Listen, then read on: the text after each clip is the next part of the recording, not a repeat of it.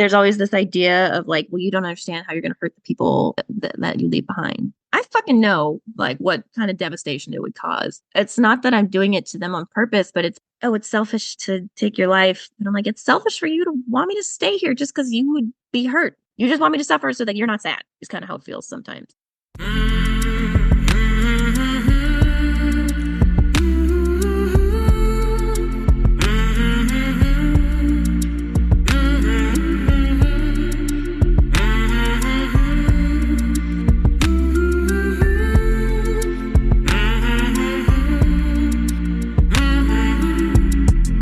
Hey there, my name is Sean, and this is Suicide Noted.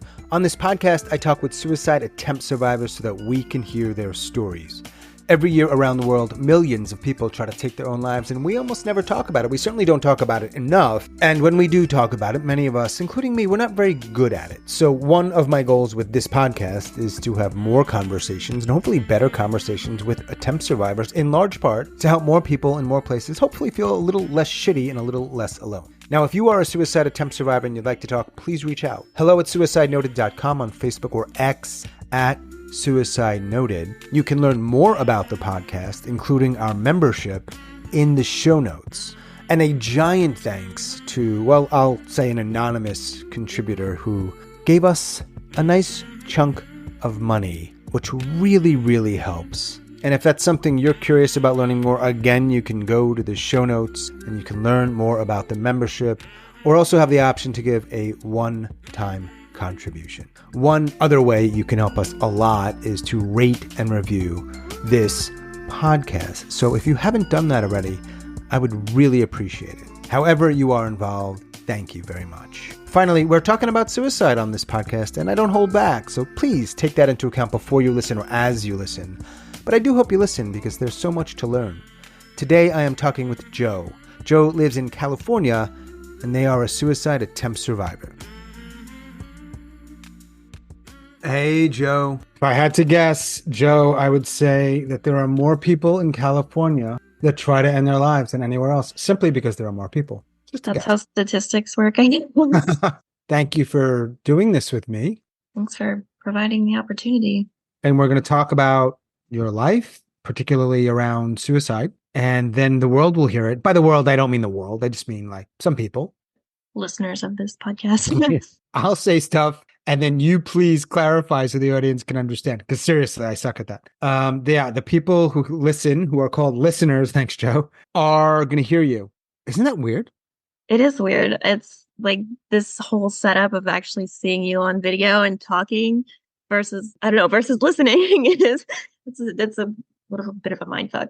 Yeah, because I always think if it were me, and I do this where I'm like, I wonder what that person that I listen to every week looks like. Like you connect a voice. Everyone does this, right? You connect a voice with a face of some kind. And your voice, you would say, oh, just some bald guy in New York right now. Is that what you said? Or you were from New York? North Carolina, but I'm from New York. North Carolina. Okay, yeah. Didn't connect who I thought you looked like.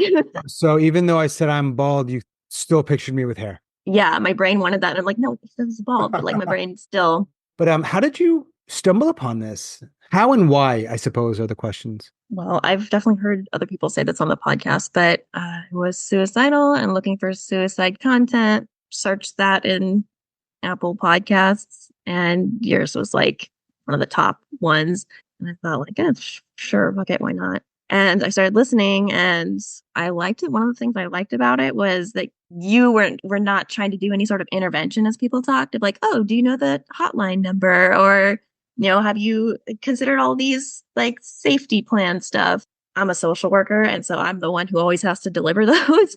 And it was really refreshing for you just to like talk and let them talk, and like it was just really open, and I liked that a lot. So that's kind of one of the big things that kept me listening, was that it was just a real conversation without having to deal with that kind of bullshit. This is pretty straightforward to me, but apparently it's a novel thing still 4 years later. Like, well, yeah.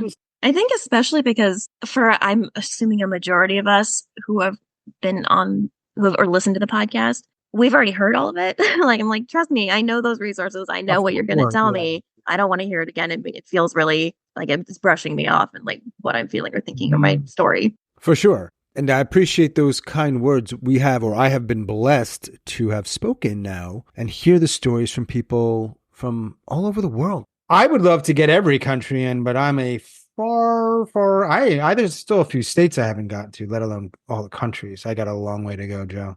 I've been impressed by the diversity of places that you've had. Well, it's so incredible, the idea that you have a phone with an Apple Podcast or Spotify, and boom, it's right there.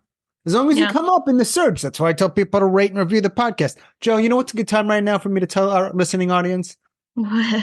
Stop this, because you can come back and you won't miss anything. And if you rate and review the podcast, Joe in California or X in Estonia or whoever else, anywhere else, do you understand, listeners, how they might think it's just for my ego? They don't understand the algorithm. Apparently some other people are finding it all over. So that's cool. Enough about the damn podcast. Enough about me and my bald fucking head. No one cares. What I do want to say is, unlike me, you are not bald. I sure am not. I will not give anything else away about you, other than you are you like me are in a blurry background on Zoom. We know you're a social worker because you shared that. We know your name is Joe.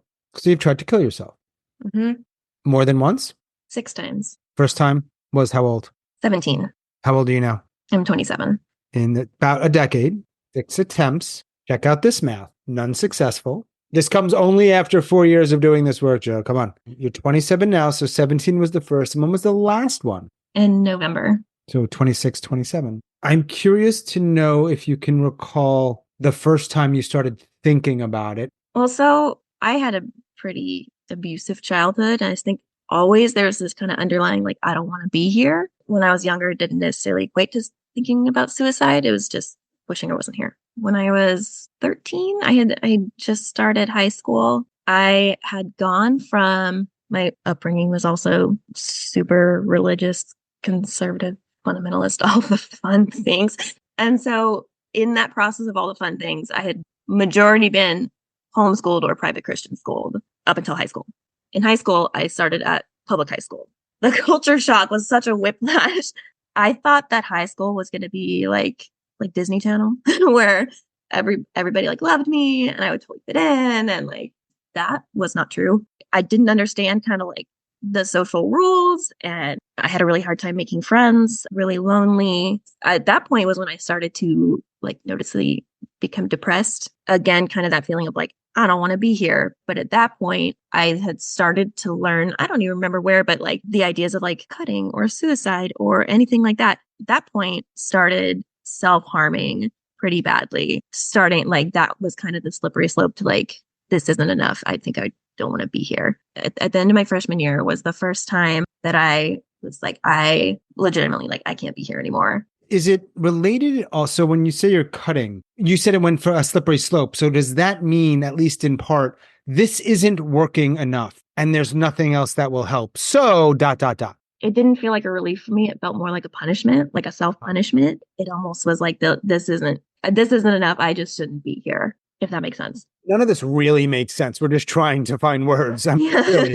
Yeah. But then at the end of my freshman year, I was like, I'm going to do it. I'm going to kill myself. I was going to do it over the weekend. And on Friday, for some reason that I still can't quite place, I decided to tell my mom how I was feeling. Yeah. And she took me to my doctor. I got started on antidepressants for the first time through my sophomore, junior, beginning of senior year, off and on different antidepressants. I did start therapy. It was with a Christian therapist. And in retrospect, that was not very good therapy, but it's fine. I wasn't bad per se, but I wasn't good. It was kind of just like, there was like little episodes of like feeling worse, but for the most part, it's just kind of like, I'm here. And then my senior year, let's switch to a new high school. And again, I had the whole like, I don't have any friends here. The suicide alley wasn't strictly because of like, oh, I don't have friends. I think just the not having friends made me especially aware of my own self with no distraction. And that was at the time not a person that I liked or felt comfortable in, or, I was stuck in my own head, and my head was not a good place to be at that time, especially. If I asked 17-year-old Joe, what do you really dislike about yourself? Would you be able to answer that then or now?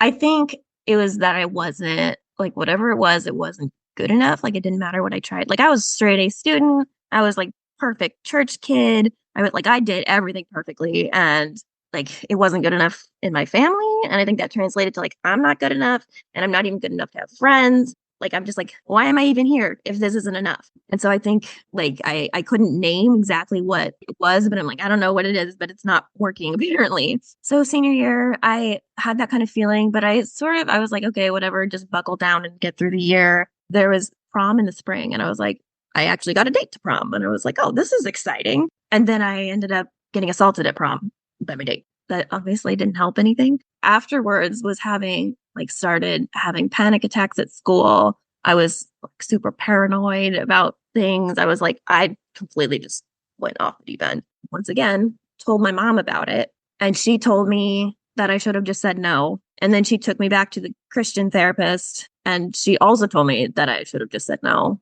It's worth repeating here because you don't know who's listening. And somebody says that to you or others, it can have that kind of impact. I was floundering of like, I feel horrible. Like prom was supposed to be a fun thing. And I was so excited that like, I actually got a date. Like I was like, someone wants to be with me, you know?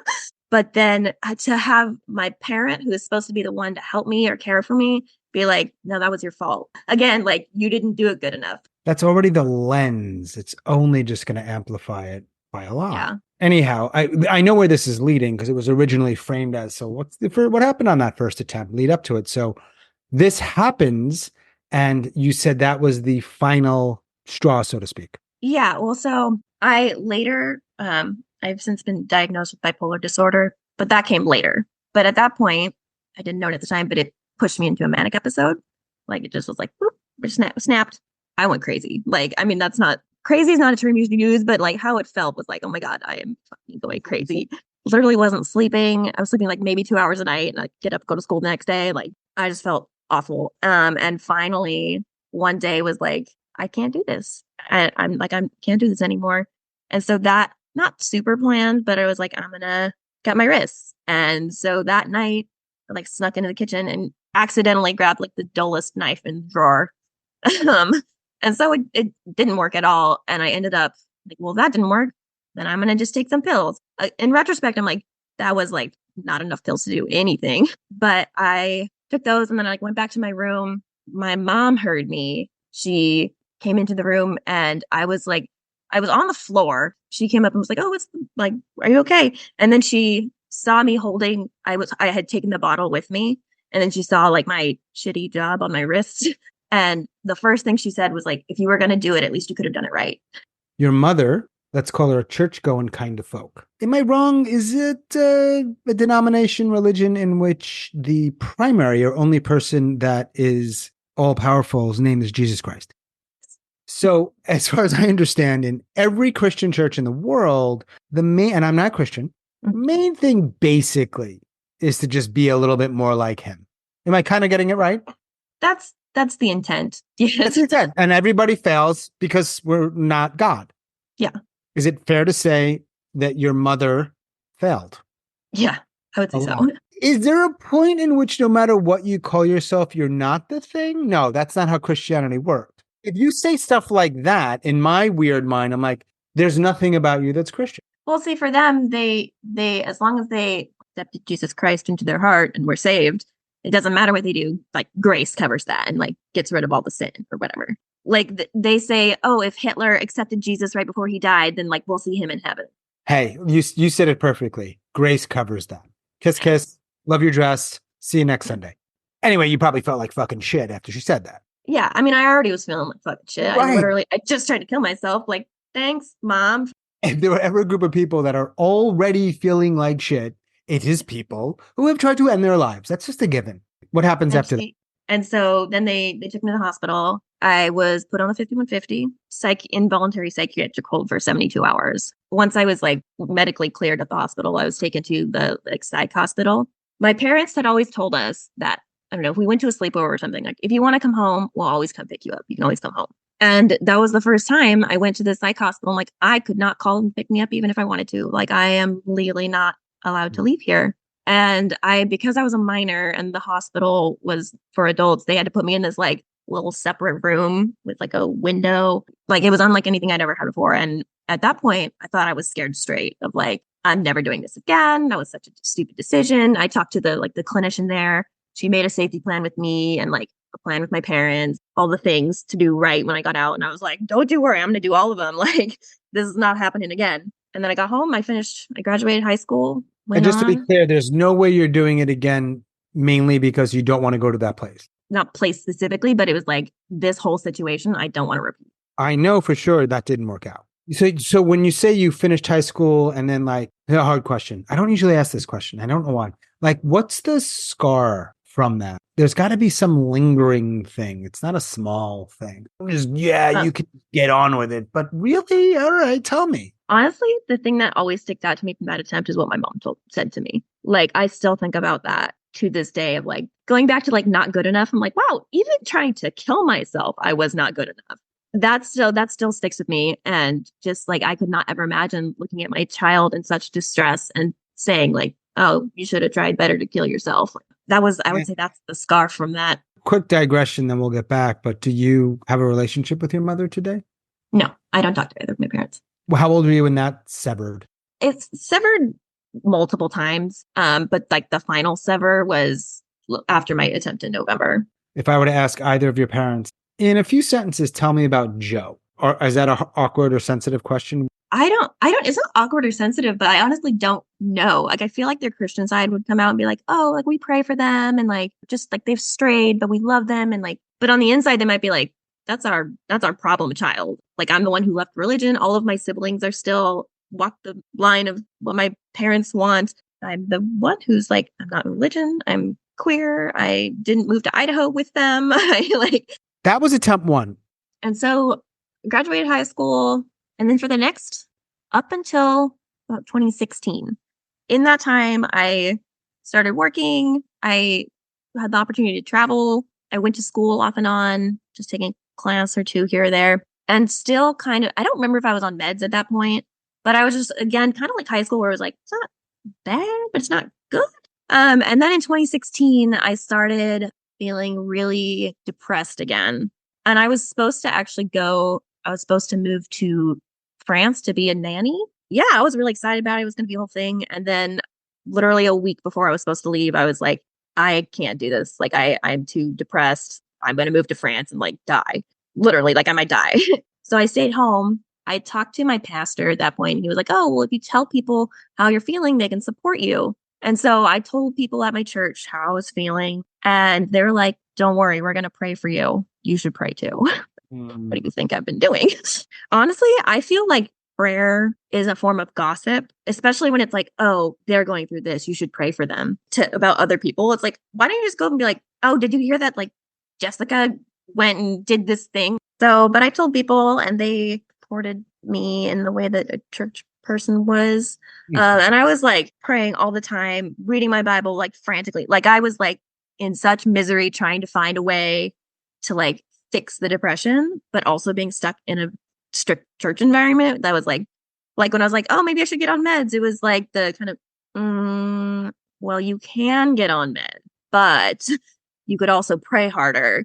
I didn't get on meds for a long time because I felt so judged for it or like recommended against it. If you had passed away, or even if we had framed this of what do you think led to Joe's attempt? It's a hard thing to know, right? It's probably rather complicated. If you ask most people about someone's attempt, anybody's attempt, in my experience, they would say something like they were depressed or they didn't get the right treatment. You know what you wouldn't hear much of? I don't think all they did was pray for her. That's one of the reasons. So by doing that, they're not doing other things. Hey, but like you said, that's what they know. And I would imagine a large percentage actually believe it. So, and also there's this whole idea of like suffering brings you closer to God. And I literally had people tell me like, oh, like you should be grateful for this because it brings you closer to God.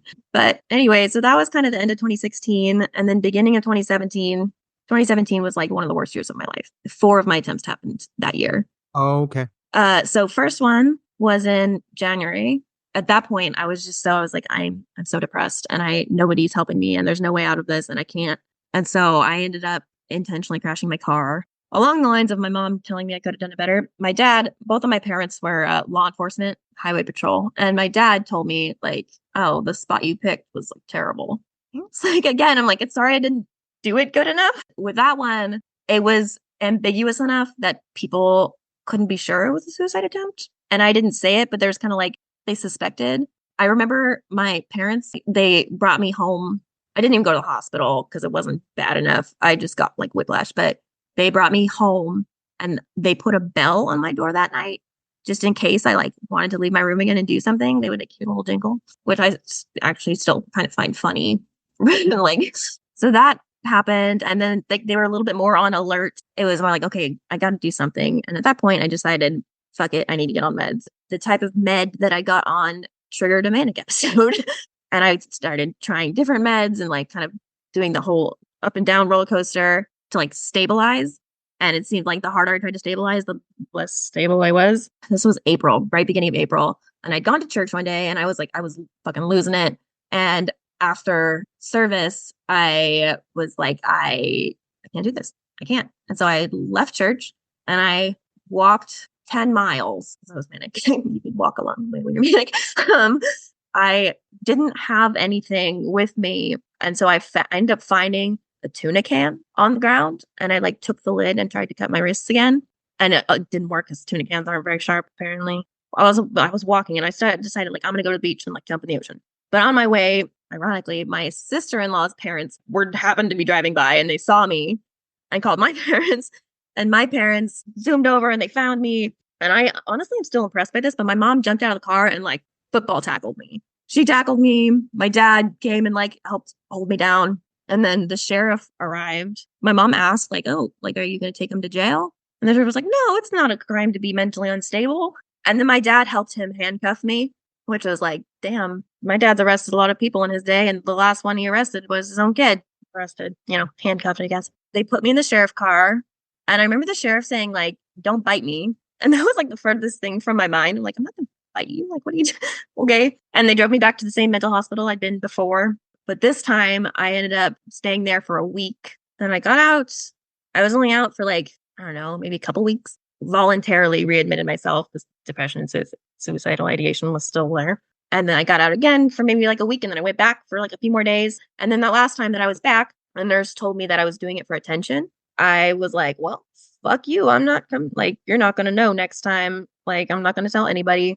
From, I'd say it was like May up until July, I started planning a suicide attempt. Like it was perfectly planned. 2 months of planning, you're pretty serious. It was almost like compulsive at that point. Like it felt like I had like a terminal illness and I was like just waiting for the day. I was like sad about losing. I'm not going to be able to see like my niece grow up, or like I'm not going to be able to even like go to this restaurant I like, or, And I wrote so many letters. I like researched the method like extensively, all of the things, like even down to the date of like I have to pick a date that's not like when the anniversary falls on it, it's not too close to like a holiday or my birthday or anything, so that it's like separate. And then the day came.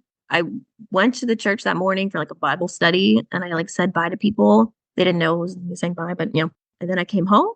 Like I went in the bathroom, I locked the door, and I wrote a note and like stuck it to the door of like, if you see this, don't come in, call the police. Then I overdosed on a bunch of pills. After I'd overdosed, I was like, well, I'm going to text one of my friends who I know hardly ever checks their phone and just be like, hey, bye type of thing. And of course, that was the day that she checked it in like 2 minutes. And immediately I started getting a bunch of calls and texts. I started like freaking out. I was like, shit, I like didn't mean for that to happen that fast. Like I'm not even feeling any effects from these pills yet. And then I heard the door open. One of the guys from the church was calling my name. He like walked in the house and he saw the note on the door and like immediately like busted down the door.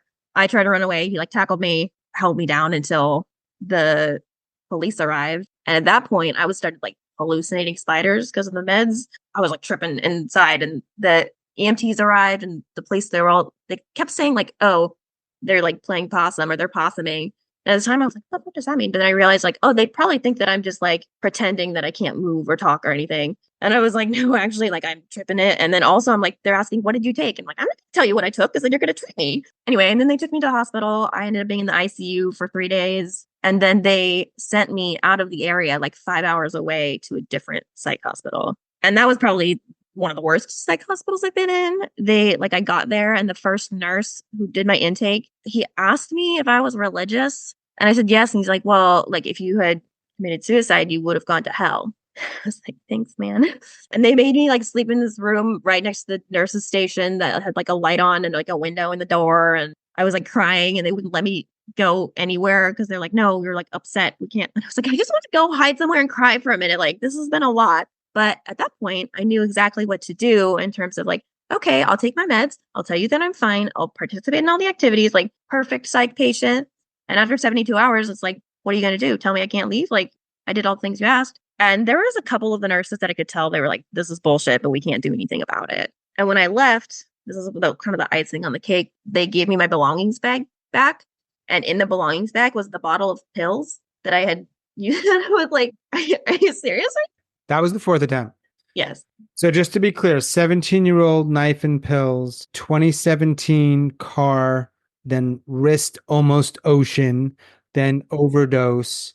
Mhm. So the fifth one before the more recent one is later in 2017 after you get out of the hospital. Yes. 2017 was just a whole clusterfuck. Yeah.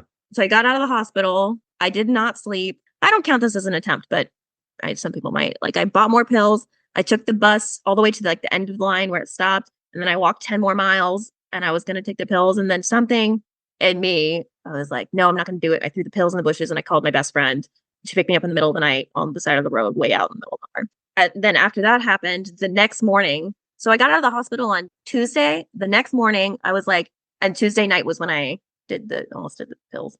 And next day I was like, I got to move to this town that's 3 hours away because they have better mental health resources. So I got out of the hospital Tuesday and Friday I moved 3 hours away because it seemed like a good idea. And I ended up living there and going to school and working and all of that for that semester. And all during that time, I was not stable. I was still so depressed, suicidal, and all of that. It was awful. And then right at the end of the semester, I was like, I can't fucking do this anymore. Like, and so I bought more pills, the same kind of pills. All of my last 3 attempts were the same kind of pills. I just took more of them that time. There was a lake by the town and I drove like out by the lake and I sat there in my car at night for several hours, just like going back and forth on like, do I want to do this? Like, do I not? Like, so that was the night before my finals, ironically. And once the time got to past a certain point, I was like, I'm not going to be able to do my finals tomorrow. Guess I have to do it. Like, I was sitting in the car and then I saw headlights coming up and I was like, this is a pretty rural area. Like, that can't be good.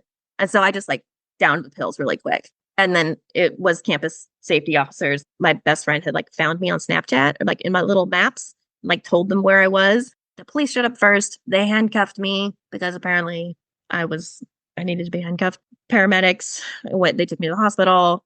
I was in ICU again for I think 3 or 4 days. And then I transferred to a psych hospital and I was there for a week. And then I got out right before Christmas. Those are all within a few years of each other. And then from 2017 to 2023 for about 6 years. Is that right? Yeah. You don't have another attempt. In that time, ideating, a little more stable. So at the beginning of 2018, in March, I think, I ended up going to like a long-term mental health facility, like a voluntary one. And I was there for 6 weeks. And that was actually a very positive experience. I learned a lot of coping mechanisms. I finally got on a medication that stabilized me. That's something I really credit those 6 years of stability with. So I was solid on that medication for like 2 years. And then I did the thing that people would, or any disorder really, where they feel good on the meds and they're like, oh, well, I don't need this anymore. I'm good. And then I started kind of having mostly depressive episodes. And at that point, I would be like, that's when I'd get really suicidal. Kind of on a day-to-day basis, I was not suicidal anymore. And then in 2022, I had like a really bad manic episode. And it had some like kind of all the classic, like, oh, I went and like blew a bunch of money and like slept with half my county and, all the things like really irresponsible behaviors. I decided at that point, I was like, okay, I'm getting back on meds. I don't want to do this anymore. I'm going to stay on them. Then it cycled into a depressive episode and all of that was like, no, I need to do this. From that point, I like was relatively stable until about mid 2023.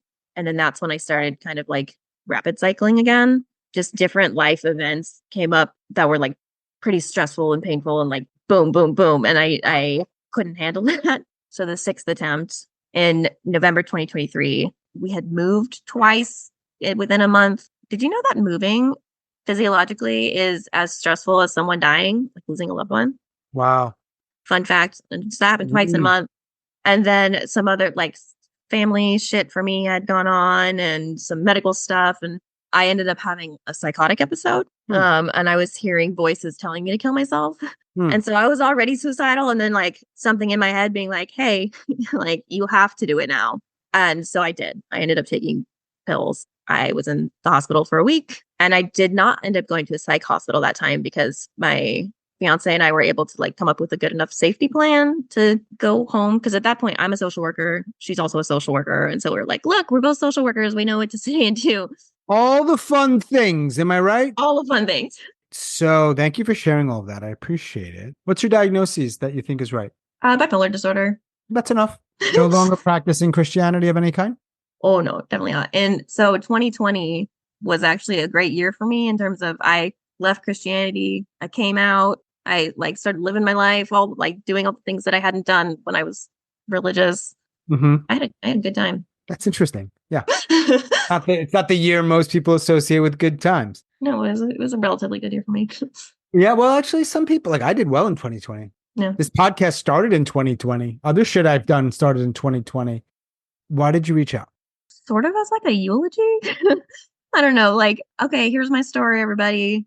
When I'm dead, you can listen to this. It's easier than like someone else writing it for me. So are you planning? When I reached out, I had a pretty thorough plan. I had the pills all ready. I had like letters written to everybody. I like just needed like whenever I was ready, I was like, okay, just got to it's go time.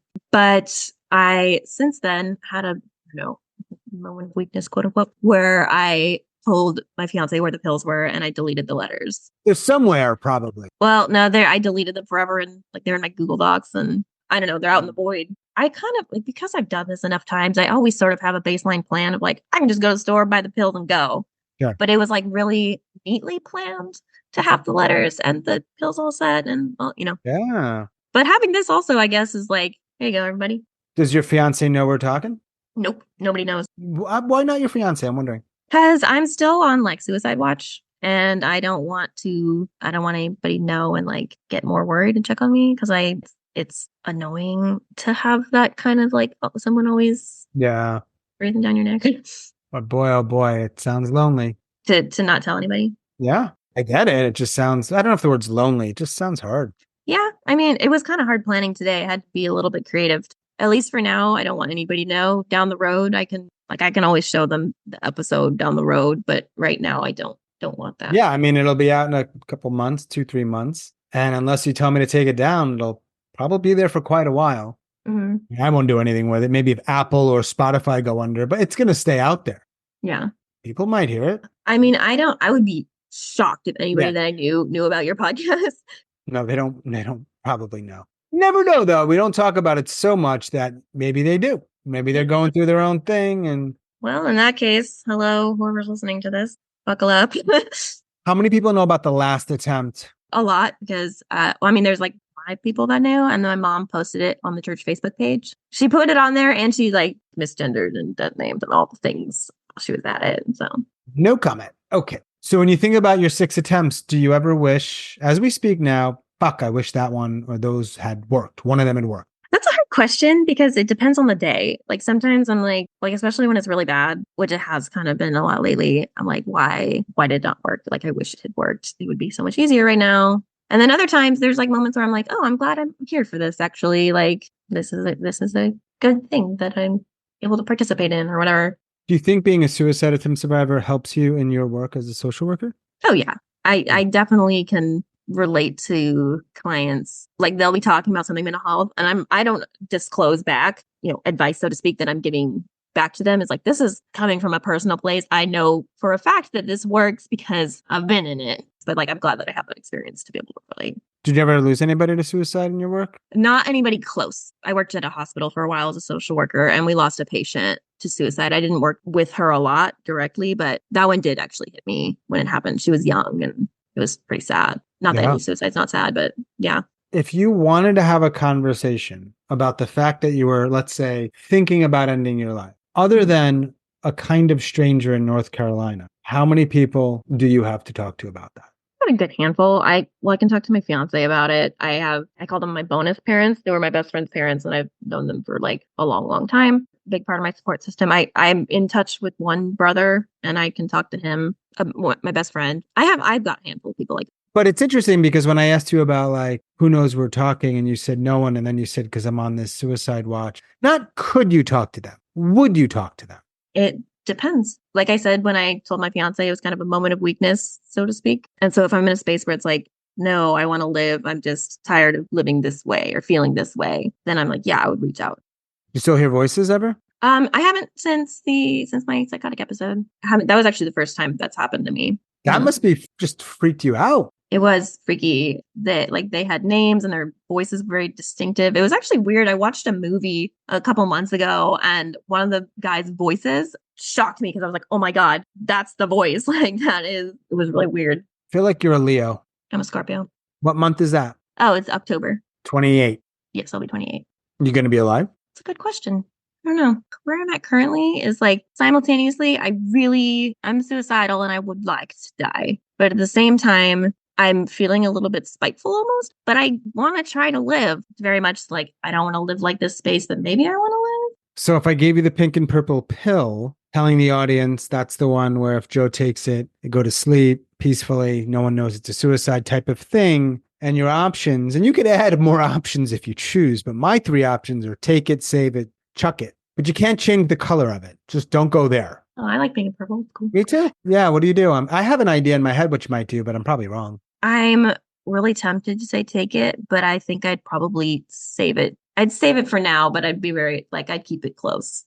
Any myths or misconceptions you'd like to dispel while we're talking about any of this stuff? Yes. There's always this idea of like, well, you don't understand how you're going to hurt the people that you leave behind. But I'm like, at least for me, I fucking know like what kind of devastation it would cause. It's not that I'm doing it to them on purpose, but it's, I don't know, the whole like, oh, it's selfish to take your life. And I'm like, it's selfish for you to want me to stay here just because you would be hurt. You just want me to suffer so that you're not sad. It's kind of how it feels sometimes. When you were thinking about coming on here, how were you feeling about that? Nervous. I think when I emailed you, it was like, okay, I'm going to do it. And I did. And then I was like, I did it. And it's like out there. And I know I could have said no, but then it was like, well, I already said it. Let's do it. Well, I'm glad you did it. Question I don't typically ask is any words to your younger self. You pick the age. I don't know. Probably like hang in there. I think like right now I'm feeling not great, pretty suicidal. But when I like 2020, for example, when I was like, I feel like who I'm supposed to be now. Hey, little Joe, like you just hang in there because 2020 is going to come and like, you're going to be this person and it's going to be great. And I don't know. Who knows? I might pull out of this and feel that way again, but you're not at least going to be in the childhood you are stuck in right now. My philosophy or my belief after you die now, before I was like, oh, you go to hell or you go to heaven. Like, now I'm like, I think it's one of the laws of thermodynamics is like energy can't be created or destroyed. So for me, I'm like, I die, energy just goes somewhere else. So I'm like, this will be dead, but like, it'll be somewhere. It'll be fine. Like fucking off doing whatever. It makes me a little sad to think of the people in my life being sad and like some of the things that I won't be able to do anymore. But honestly, like we're all going to die anyway. Yeah. If it happens a little early, maybe like, is that the worst thing? Your call. My feelings about it change depending on, I think I've already said that, but like if I'm having a good day, I'm like, oh, it made me sad to be dead and like I'd miss things. And then sometimes I get, I don't know, is the word nihilistic? I don't care as much. Apathetic, maybe. I do want to know, and I also don't know this, you say you're a Scorpio. Are you a Scorpio? I mean, I know technically you are, but like, are you? I don't actually know like astrology very well. People always when I tell them I'm a Scorpio, they always seem surprised. Like knowing me. Likelihood, if you're alive, that you listen to this episode when it comes out. Yeah, probably. Got to make sure that it's worth recommending to people if I'm dead. If it's like not good, then I'm going to have to write a letter. Likely, unlikely that you will share it with your partner once it comes out. I think it'll depend on where I'm at in 2 months. What's the rest of your afternoon or evening look like? I don't know. Probably chilling, eating dinner, watching true crime documentaries. Or what is the fascination with true crime? I don't know. I don't know what it says about me that I enjoy hearing about people's like traumas. It wouldn't work for suicide, I don't think. What do you mean? Like imagine the true crime format, but it's not about somebody killing somebody else. It's about somebody killing themselves. Oh, yeah. No, I feel like it would be trying to find out why they did it. that's all they could do, really. To me, I have ideas. I'm not going to do it. This is about all I'm producing in the world. This is enough. I'm good enough, Joe. You are good enough, Sean. No, I'm a piece of shit. You know it's No. True. All right, I won't say it. You can think it, I guess, but don't say it out loud. Won't say it out loud, and people have to pray for me. If you're out there, people pray for me. And that's that. Look at it. Nervous going in, maybe a little less nervous going out. I don't know. Yeah, no, you make people feel at ease. Do my best. I appreciate your time. I appreciate you sharing. Have a good evening. And I hope the rest of your night is good. I appreciate it, Joe. Have a good night. You too. Bye. Bye. Ciao. As always, thanks so much for listening and all of your support. And special thanks to Joe in California. Thank you, Joe. If you are a suicide attempt survivor and you'd like to talk, please reach out. hello@suicidenoted.com on Facebook or X @suicidenoted. And if you'd like to learn more about the podcast, you can check the show notes. That includes our membership. And hey, that is it. That is all for episode number 231. Stay strong. Do the best you can. I'll talk to you soon.